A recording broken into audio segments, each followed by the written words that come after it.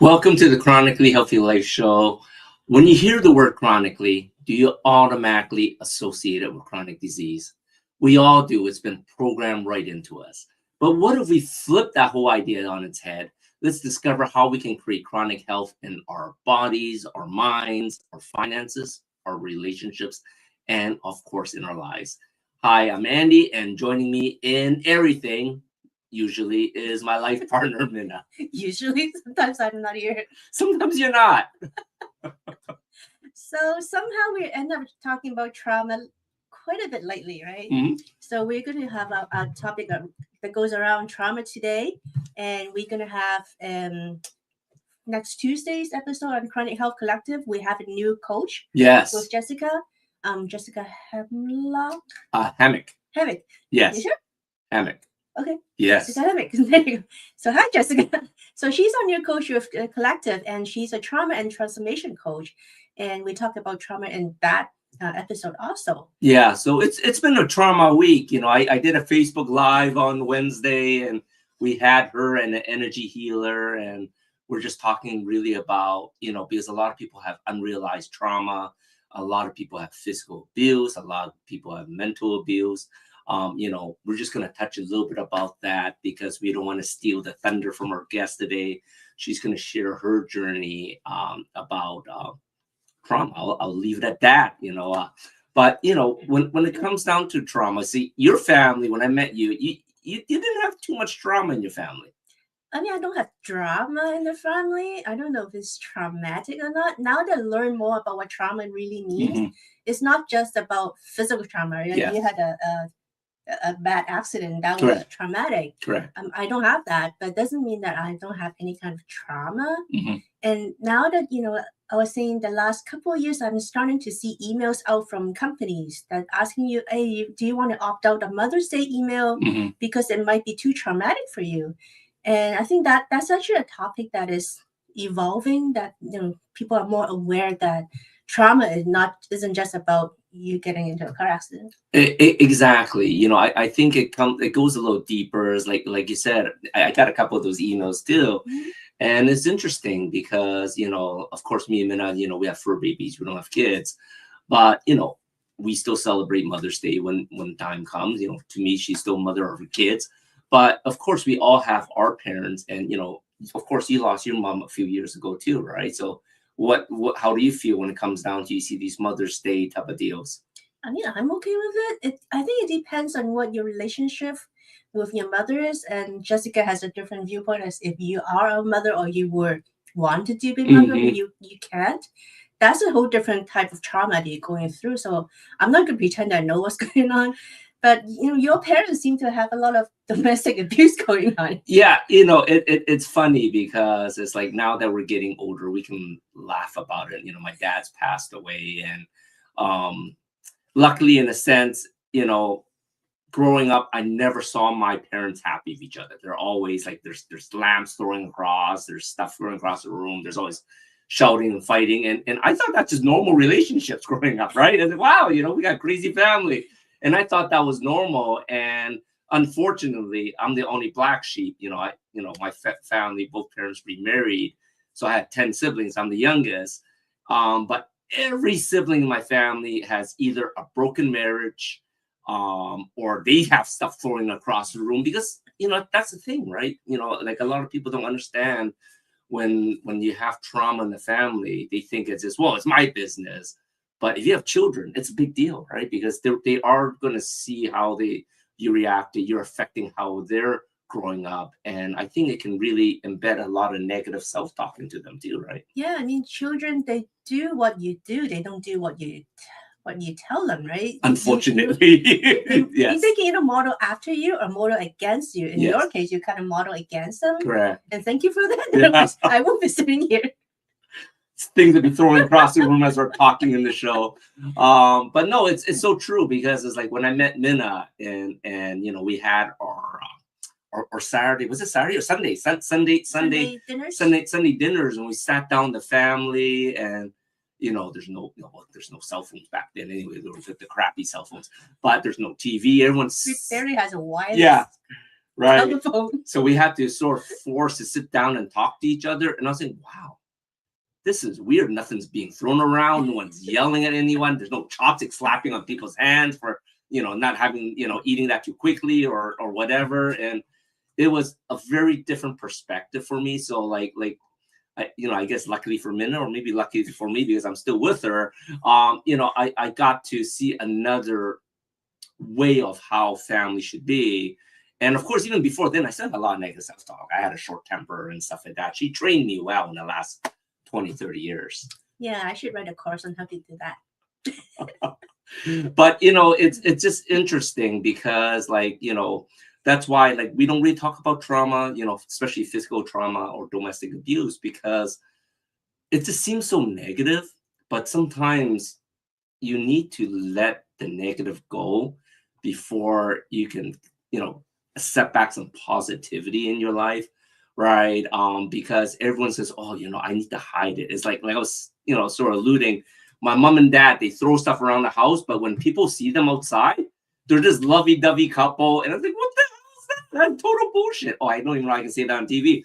But anyways, in the final years of my dad's life, he had Parkinson's, and he had his full mental capacity, but he didn't have his physical capacity to move and stuff. But it was really heart-wrenching, because then I can see the love coming. My mom was visiting him every day, right? Taking the bus, our bus just to visit him for that half an hour. She's cooking to feed him.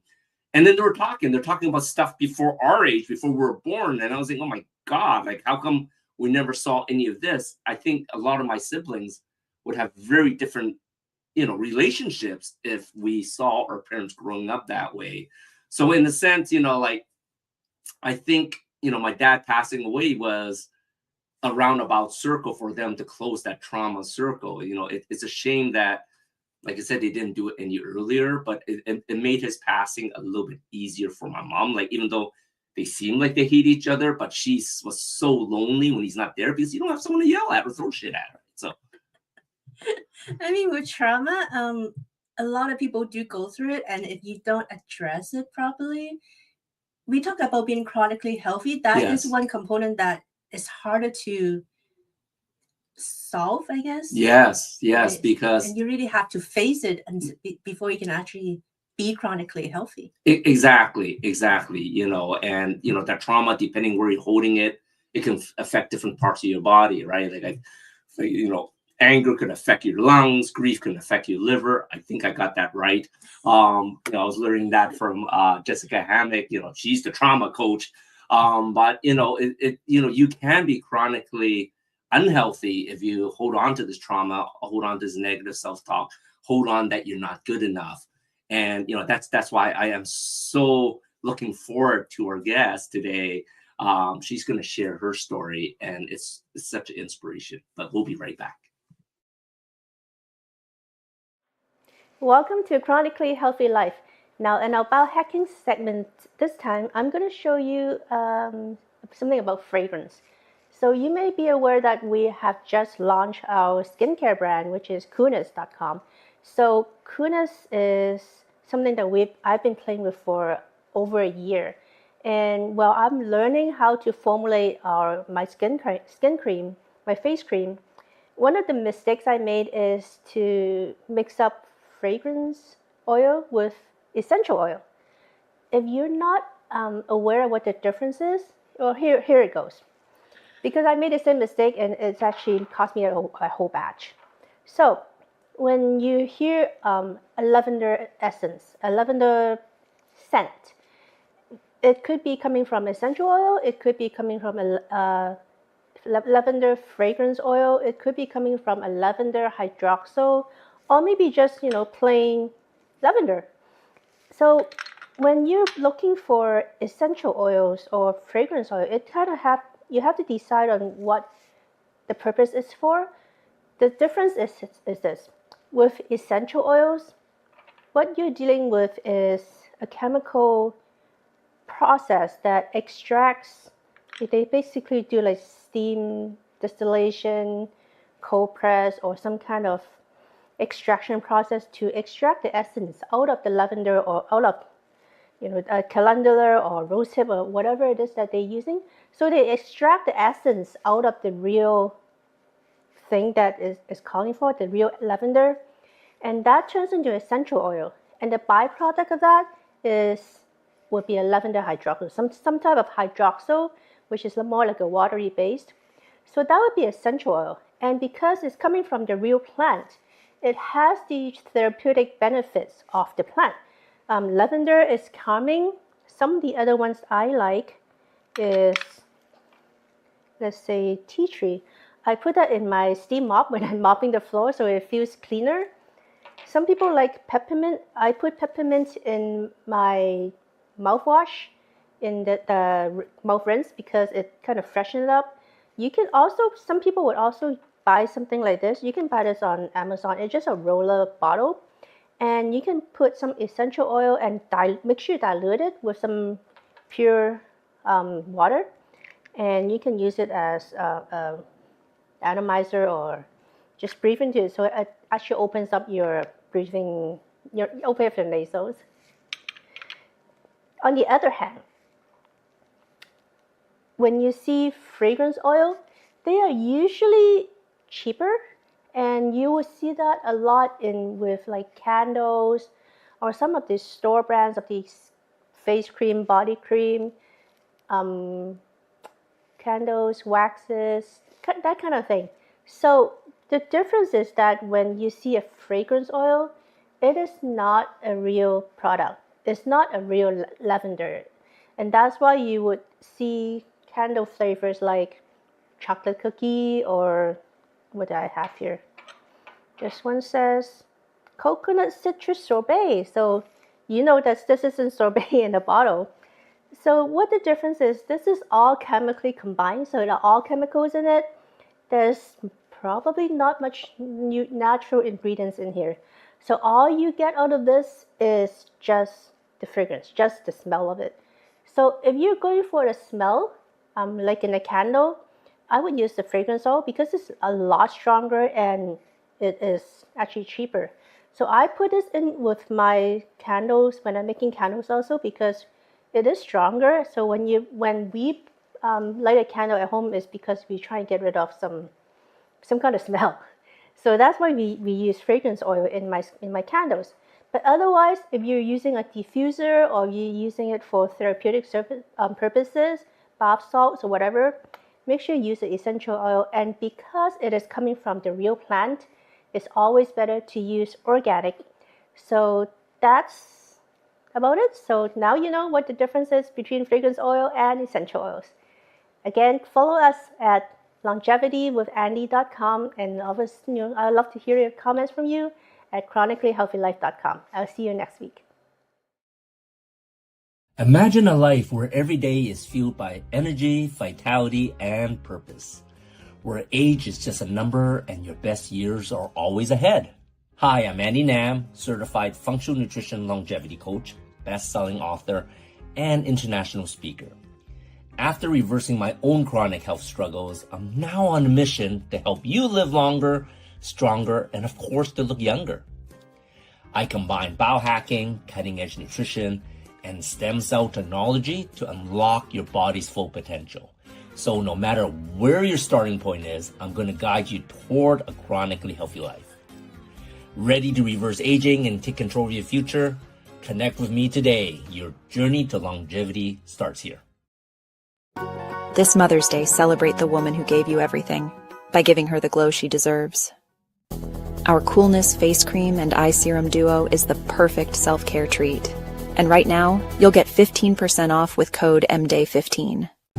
Plus, while supplies last, we're gifting you a bonus eye cream applicator because mom deserves luxury. But don't wait. This special offer ends on Mother's Day. Shop now at coolness.com and help her feel her beauty. Hello, everybody, and welcome back to the Chronically Healthy Life Show.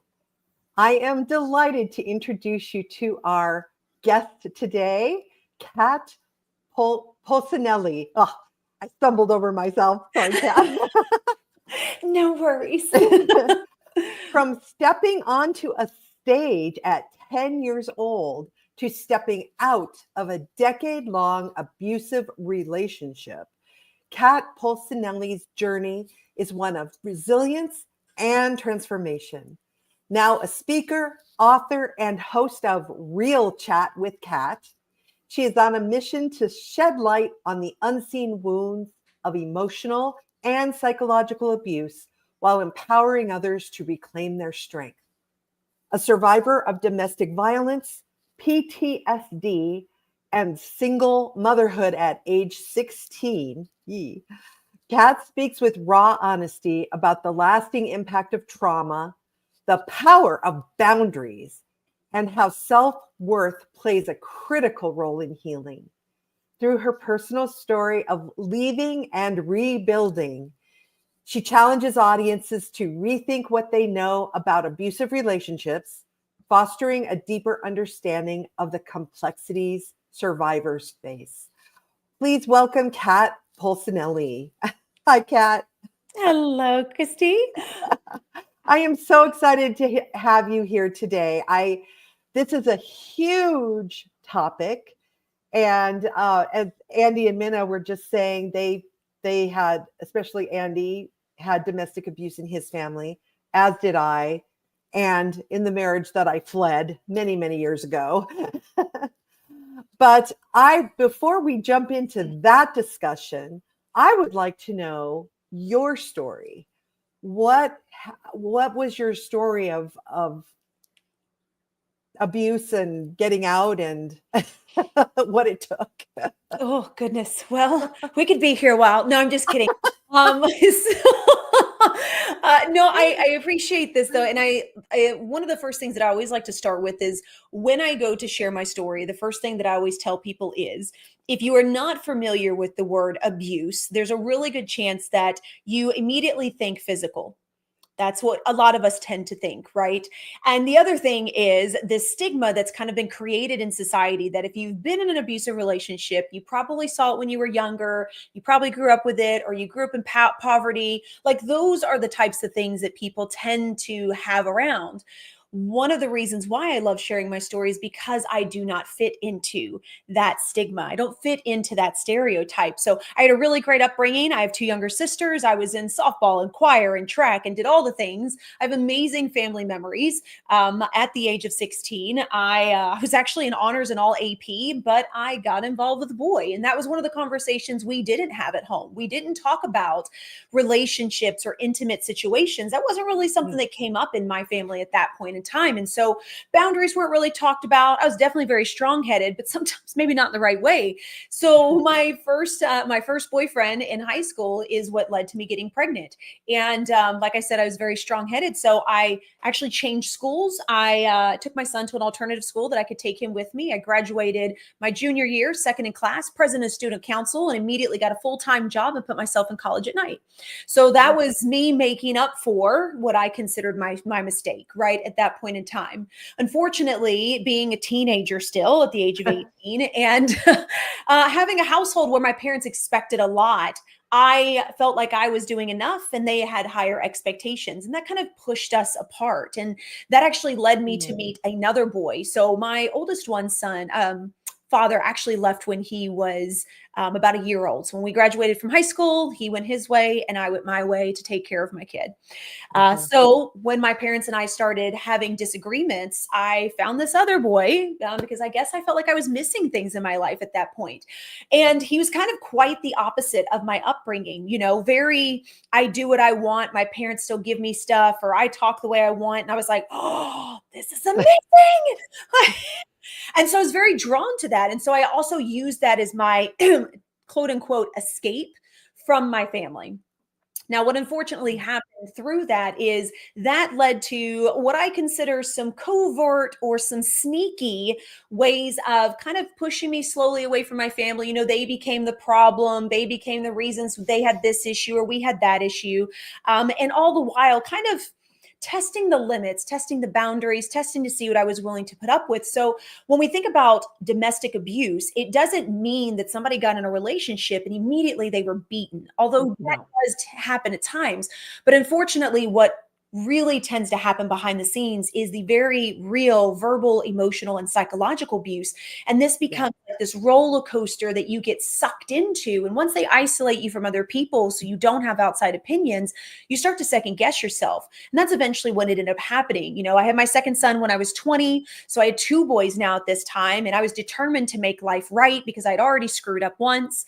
And that just continued to build. And 10 years I was in that relationship. So when I got out, my boys were 10 and 7. They're now 20 and 17.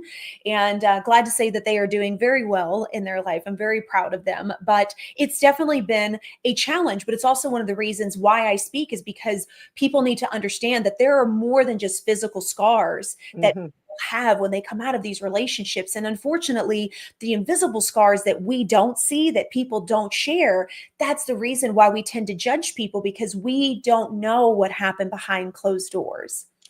Absolutely. Absolutely. And I can honestly say, having been in both of those positions, the emotional abuse is far worse than the physical, because you know, but I want to go back to what you said, because you said something that made me, you know, if a boyfriend, or flipping it, because my brother always marries abusers, it's his life pattern. If a female is the abuser, they don't start out abusing.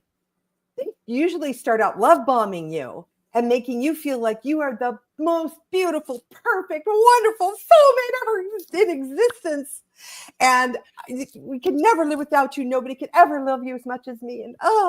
And it's a while before they start with the abuse, because if they started with the abuse right away, you'd be like, I'm out of here. Bye-bye, dude. Don't. Are you kidding me? Was that true for you? Oh yeah, 100%. It starts very, very slow, right? Like one of the examples I always share is, you know, I would go and visit on my lunch break, and sometimes I'd have to wake him up to spend some time with him. But then as soon as I needed to leave, I'd be like, oh my gosh, I'm going to be late. He'd be like, but just a few more minutes. I just want to spend time with you. And so they really do find, one, they find from the dreams and the things and the aspirations that you share, where you tick, what you want, and then they try to lean into that. And then they build up such this facade that you're like, oh my gosh, this is amazing. Like, it's everything in the movies. By the way, people, the movies are fake for a reason. Movies are fake. Movies are fake for a reason. I have an amazing relationship now. But the point of it is if it is too good to be true, if it is just always feeling something amazing, and then you start to be like, oh, I feel bad for not doing this or not doing that, or not giving extra minutes, or, you know, for not wanting to be late to work because I want to keep my job. When you start doing that, that's when they know they've got you on the hook. And then it just slowly starts to build from there. I didn't actually have my first physical issue until I was about 3 years into my relationship, when I was pregnant with my second son. Well, now at that point, there's all kinds of things going on. You've already been pushed away from your family. You've been isolated from outside, you know, people to be able to validate how you feel. And now you're kind of like lost in what's going on. And you unfortunately have two sides that's going on right at the same time. And that is, what is going on with the person, is why are they treating this way? And but we've had so many good memories. This must just be a moment. And it's very, very hard for you to get out of that. And especially if you don't have someone you can speak to. And unfortunately, Mhm. you don't really know how to speak to people about that. Or at least I didn't back when I was going through it. Mhm. That is so true. And the isolation is real. And one of the things that they fear the most is that you will start talking about it, because they can't Mhm. lie their way out of it fast enough. When you start the triangulation of keeping you get pitted against someone in your family, when this person's the real problem, if you start talking to that person, things become clear much more quickly. And all of a sudden it's like, wait a Yeah. minute, they don't want that. They want you in the dark, where Oh, yeah. where they're your only source of information. Yeah. Yeah. And it ends up in playing with your psychological understanding of things. We talk about when we're young, we're sponges, right? So we absorb what people teach us and what they say to us. But ultimately, the same thing happens when you end up in a relationship like that. You care about this person so much to the extent that you're willing to actually hear what they have to say. And then when they keep going back and forth on, no, I didn't say that, this is what I said, you end up second guessing yourself, because it's not like you Mhm. have someone beside you to go, well, no, they heard you too, right? Yeah. It's always in the privacy of a space. And so it becomes this, I call it a psychological warfare, where you're constantly fighting with your own thoughts, trying to figure out, okay, wait, so did I start that? Well, okay, no, he could be right about that one. Maybe I shouldn't have said that. Maybe that would have led to this. And it's like trying to figure out how to put a puzzle together, but you have all the wrong pieces. Yes. And it's always your fault. It's always your fault. You should have done it differently. You should have said it differently. You should have thought it differently. And if you had done it differently, then this person would have reacted differently. But then they never do. They always find a reason to be nasty. At least that's been my experience. Yeah, unfortunately, it becomes what I call an unpredictable cycle, where Yeah. you find your moments of joy and actually enjoying each other. And then all of a sudden, for some reason, something strikes a nerve, something flips a switch, and then you go right back into this thing. And generally what tends to happen is, either they're completely blaming you and it's all your fault, or like what mine used to do as well, when I would get to the point of not wanting to listen, he would go into guilt trip mode and be like, I'm so sorry. And it's me that does it. And then you feel even worse, because you're like, oh, well, great. Now I make him feel horrible. Like that wasn't what my intention was. So because you are a good person, because we are people that tend to care, we get caught in these cycles. And then, like I said, it goes right back into like, okay, well, how long can we go with things being okay before something else happens? And like I said, it's an unpredictable pattern, but it is a cycle eventually. That's the key, because once you realize the cycle, like, oh, okay, he feels like he's losing control, so now he's going to love bomb me, and then he's going to start gaslighting me and telling me all these things like, I thought this wrong, how he loves me so much, la la la la, and then get that control back, and then okay, I've got control now, I can ignore her or hit her or whatever again, and she's not going to do anything. Yeah, they really do figure out how to. It's when I learned about it and finally understood what gaslighting was and love bombing, which were never words that were ever talked about when I was younger, it really was an interesting eye opener of they really learn how to play to patterns. They really do, like, they have this sixth sense of how to pick up on the emotions and the things that really get to us because we end up caring. And that was probably one of the hardest things with getting out of that relationship, was just trying to separate the two and understand when I might have been at fault and like when it actually wasn't my fault. And that took years to start like really trying to figure that out and realizing that my ex essentially, he lived in his own world and I became a part of that world. And so I had to try to survive in it, unfortunately. Yes. And also you always have this thing in your head of, well, but this isn't the person I married. Where's that person? And there's always this hope that they're going to become that person again. And then you have to face the truth that was a lie. This is the truth. Yeah. And that's probably Yeah, one of the hardest because that's the hard. good things and the good memories you do have are what you really want to hold on to. Yes. Oh, this is, I can tell already, this is a huge discussion. But right now, everybody stay tuned. We're going to be right back after this short break.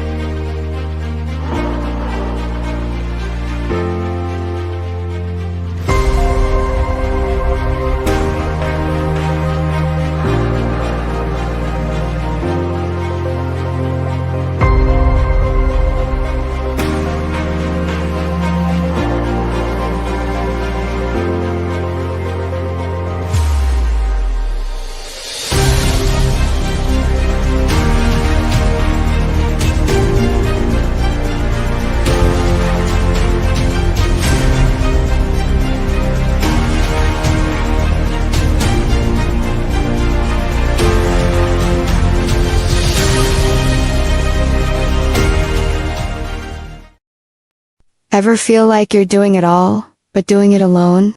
Running your business, supporting your family, trying to stay grounded while juggling everything. You're not the only one. You deserve a space where you can just exhale. A room where you don't have to prove anything. Because everyone already gets it. Where conversations go beyond small talk. Where stories are shared, not judged. Where new connections feel like old friends. This is that space. This is that room. This is that moment. Come refill your cup. Be seen. Be celebrated. Because when women come together, powerful things happen. Let's grow, rise, and lead together. Join us on May 17th, Women of the World Hawaii pop-up event in Honolulu. A life empowered is closer than you think. We're all looking for a better way. Reimagine what's next with a new sense of exuberance. Why not power on like you mean it? Or power off blissfully? A better sleep is a better awake. You've never moved like this before. With the energy nature intended. Imagine reprogramming the way you look at the speed of science. At longevity, at exhilaration. It's next level rejuvenation. Take control of your well-being from the inside out and outside in. The light within is ready to ignite. Be the light. LifeWave. Hello, everybody, and welcome back to the Chronically Healthy Life Show. We are here with our guest today, Kat Polsinelli of The Lotus Effect. And we are digging deep into the trauma of abuse. Kat, I wanted to ask you, I got to thinking during the break, did you have the experience of a period of time where you were still in your marriage or your relationship? But there was a period of time where you were like waking up. Did you feel like you were waking up until you finally were able to leave? Did you have that experience? Oh, yeah. And what's really interesting about this is my experience actually came from my kids. So when I was in this relationship, several years into it, I actually remember having an argument in our living room and couldn't tell you what we were arguing about. But I remember my boys coming into the room at that time. They were about 5 and 7 at that time. And they come in and they stand next to him and they got their hands on their hips and they just start yelling at me. And they're like, "Yeah, Mom, this is your fault. You're always so mean to Dad. You're the bad one." And it was in that moment that I didn't have words. And my immediately thought was, there's no way I will ever let my children think that this is okay. And like, that was the light bulb moment. So it was like, no matter what was done to me, I could handle it. But the moment that I saw that my children were reflecting something that I didn't agree with, so it was mirrored through them, I was like, oh, no, no, no, no. there's no way. And so that began that slow descent of back off of his mountain and back onto my own, of trying to see what was actually going on. And that in itself was another psychological thing of figuring out, okay, what triggers him, what calms him down, how do I actually be in charge of a situation but make him feel like he is, so I can get to a better job and do the different things. So it was still a lot, but that was probably the first thing that ever really caught my attention. Yeah, that, oh my gosh, what a wake up call. It's like a slap in the face. Yeah. Yeah. Oh, well, yeah, but healing starts small. I think it's a mistake to think that you go from here to here in one gigantic leap. Oh, yeah. It takes time to extricate yourself, unless you, and even if you flee into the night like I did, it still was a process to get to the point where I did that, where I ran, where I got out, and no matter what. And so that's really important. And oh my God, you just triggered me with the kid thing, because kids, they just, what you said, they're sponges. They mimic what they see, not what you tell them. And you probably save them from a lifetime of miserable relationships with their future wives by showing up that way for them. Yeah. And it's been really interesting over the last several years, because, like you said, even when you leave, which, by the way, did you know that statistically it takes people 7 times before they actually leave their abuser? This is something I recently discovered. I thought that was a really interesting statistic. So for anybody out there that's like, why don't you just leave? This is the patterns and things that play into it. So up to 7 times is the statistic. But, when I really finally started healing, which definitely did not happen right after I got out of that situation, I was mom. I had to start over. I had children to take care of. And so that was the focus. But several years ago, when I really started realizing that I had to do different, that also meant that I needed to teach my children different, because I was raising them from a very unhealed place, which meant that my kids were reflecting back to me all of those unhealed pieces, while also still dealing with their own unhealed trauma that they didn't even actually understand. They were becoming teenagers. That's a confusing time all on its own. And so it's taken a lot of openness and vulnerability and being honest and allowing my kids to ask questions and telling them that, I did feel like a failure as a mom for a really long time, and giving my kids the space to be able to say, Mom, but you were doing the best that you could, and accepting that for what they have to say. And that's another hard place to be in, especially when you're dealing with your kids. Yeah. Did you have any lashback from your family, or did you grow back toward your family that got alienated from you at the beginning?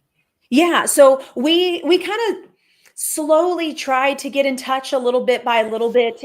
They were always still kind of the problems of the ones causing it. And by the time I really started kind of talking with them, I didn't even think to tell them what was going on, because interesting part about my story, I actually confided in my ex's mother. So I told her the things that he was doing to me. She proceeded to hand me a book on how to be a better wife. Sometimes guys they don't understand, and they need some extra love. Now, what I later found out was that she had also been in 2 abusive relationships, 2 abusive marriages. And so for her, it wasn't a big deal. That was her normal. And so that became mine. So having that conversation with my family never even came up.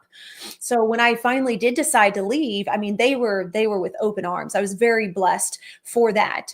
But it was a very interesting dynamic, because my family didn't realize what was going on, even in the places that they were allowed to see us. And while they knew they felt like something was off, they also didn't know how to have the conversation or come to me to begin with. That's, I get that. I had the reverse, where they didn't believe me. I was telling them and they wouldn't believe me. They're like, you're overreacting, but that was set up from my childhood abuse with my father, who set it up that I was too stupid and I shouldn't even talk, and nobody believed me, and I was the scapegoat. So they just didn't believe me. So it's like that's a lonely place. So then it's a lonely place when you leave an abusive relationship, because sometimes you feel like you're all by yourself, even if you have kids or if there's no support. So how did you start rebuilding your life from that point? Like I said, it started years down the road. You kind of get into survival mode, which is what you're used to being in to begin with, right? So how do I thrive? How to keep my kids good? How do we keep moving? And so I hyper fixated on work. I had to keep that job.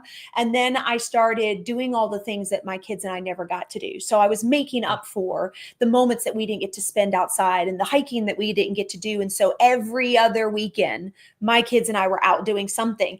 And what I ended up doing was actually keeping myself so busy that I didn't have to be with my thoughts. I didn't have to deal with anything that was going on. I still spent 4.5 years in court. So I was constantly reliving the trauma and dealing with it anyway. And so I did everything that I could to stay away from even having to think of what I had been through.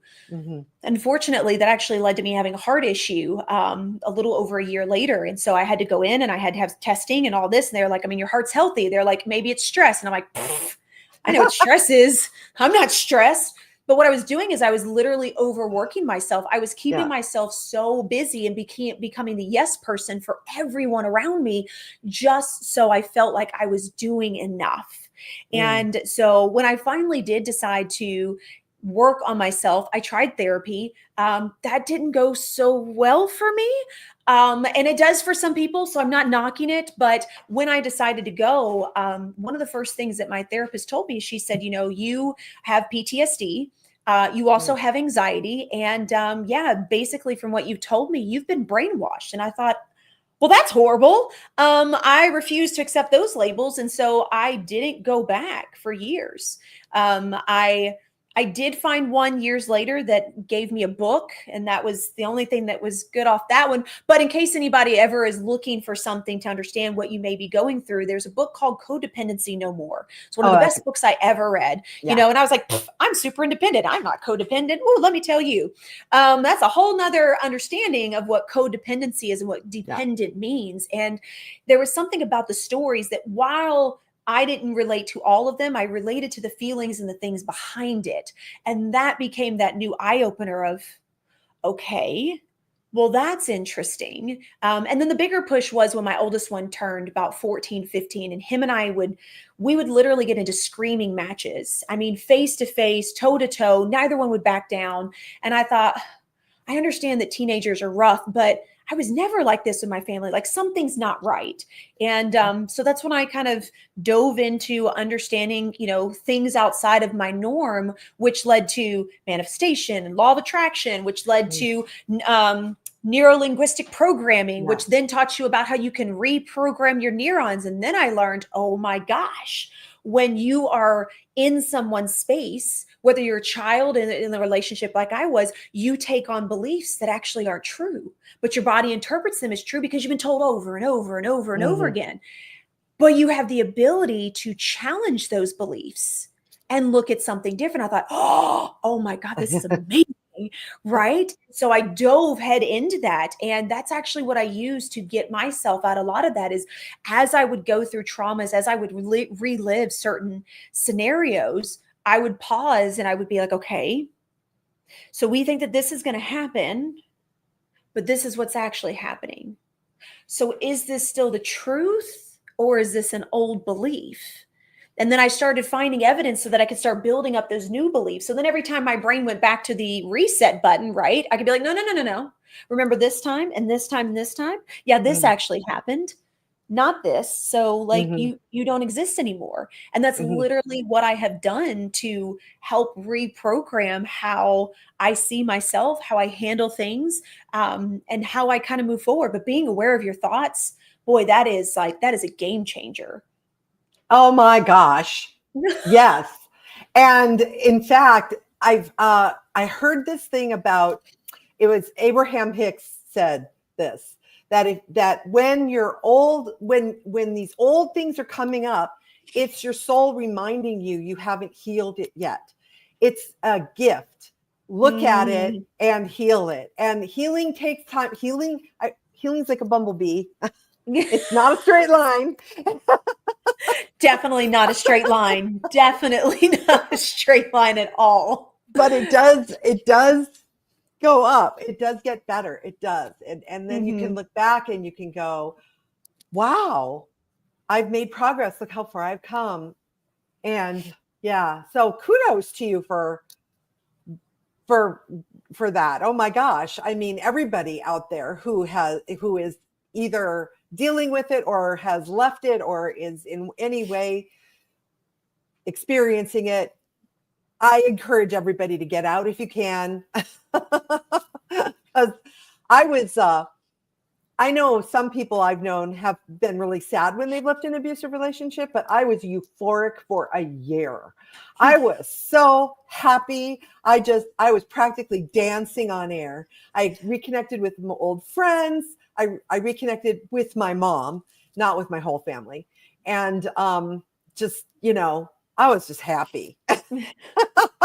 That's amazing. And I think that Yeah. that's the bigger thing to explain to people too, is like, you have to understand that your brain is meant to keep you safe, but it doesn't identify safe the way that we identify the word safe. It identifies safe, meaning what it has seen and what it is focused on, what it knows, what is its normal. And so that becomes its safe. And so ultimately it ends up being that what you're more scared of than anything is the fear of the unknown of what would happen or how you're going to live life or what's going to go on after you decide to get out of that relationship.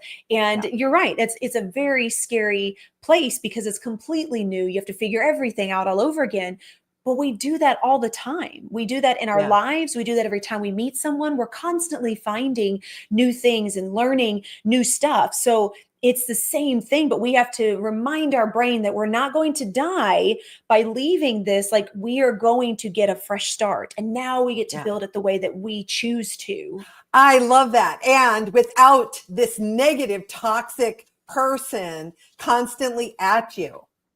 So, that freedom is, that's amazing. Yes. I love that. The leaning into it with the curiosity of like, what could you create? Did you experience that? Like, did you get to the point where you could be like, what can I create in my life? I did finally get to that point. It took several years, but I did finally get into that point. And I'll tell you, and I tell my husband this all the time, like, being someone who was in a very, very dark place, who thought the world was completely against her, who everything always happened to her, there was always crap going wrong, like seeing the world from that lens, and now getting to choose to see the world from a completely different lens, which is, okay, what is this teaching me? What am I trying to discover? What do I want my life to look like? Well, I don't like doing this. Okay, well, let's change it. Like, you learn to enjoy life so much more. I laugh at more things in my life than I ever did, where before there were the smallest things that would just tick you off, and then that would ruin like the whole day. And now there's things that happen that I'm like, well, all right, that was stupid. Okay, on to the next thing. Like, it just rolls off your shoulders. And so being able to see and remember that old perspective, boy, I choose this one every single day of the week. I love the word choice. It is so empowering when you realize you have the choice to leave. You made a powerful choice, and now you get to choose the powerful things that you want to create in your life. That word, it's both overused and underused somehow. Yeah, I agree with that. It's one of my favorite things though, because we feel like we are so stuck and we never can get out, or we never have the choice. And so it's really interesting to look at it from a perspective of understanding that no, you always are choosing. It's just sometimes you're unconsciously choosing, or you're choosing the safer option, and that may not always be the best thing. When I got out of my relationship, one of the things that people always say, is, oh, well, you just get to write that new chapter in your book. And I was like, no. We closed that book. I decided to write a brand new one because I didn't want to be a part of that narrative anymore. So that's what I would always tell everybody is, I'm not writing a new chapter. I'm writing an entirely new book. We're going for a whole nother Chronicle series. I'm done with that one. I love that. It's like this one, tossing it out. Right. In this one. Yeah, I like that. That's a good. Yeah, if you don't like a book at the library, you just put it back. See? And take out a new one. So make a new choice. Yeah. Yeah. I love that. Oh my gosh. This has been the most amazing conversation. I being open and talking about it is so important because it helps healing happen. So thank you for sharing your story with us. Thank you. How can people find you and reach out to you? Oh my goodness. Okay. Well, you've got the QR code there. So that is my contact page. It's at my website. You can always go there, but the easiest way is to follow me online. Facebook is one of the best. I'm always on there, or my YouTube channel, which has all of my episodes and some of the speeches and things that I've done. We're constantly uploading things all the time. And I strongly encourage everyone to follow on Facebook and on Instagram. Same thing, Kat Polsinelli, to see all the things that I'm posted. I'm very animated, and this is where you can have some fun. I love that. So is the Lotus Effect your podcast? Or? So the Lotus Effect is the company. The podcast is Real Chat with Kat. Real Chat with Kat. Okay, we can look you up on YouTube and okay. Wonderful. Thank you so much. It is just a privilege meeting you here today. Thank you so much. And thank you. Thank you from our audience. I'm intuiting that. I love it. All right, everybody. We'll be right back after this quick break. Welcome to a reimagined world where kids can't wait to go to school, beg for books to read. Math is an exciting game, and teachers get to love teaching again. Meet Christy Boyd Johnson. She's been in the trenches and emerged with the keys to making education a fun, free, and inspiring experience. Email her at barefootlearningclub@gmail.com and chat with her one-on-one. Her philosophy? Foundation plus imagination equals genius.